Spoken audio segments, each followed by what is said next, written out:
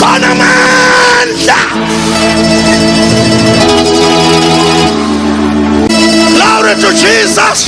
Lamandla thathi abantu abangento abenze babe yinto, asusa abantu emsileni abenze babe izinhloko. There is a turnaround in your life. Lamandla aguqula izinto. Jesus.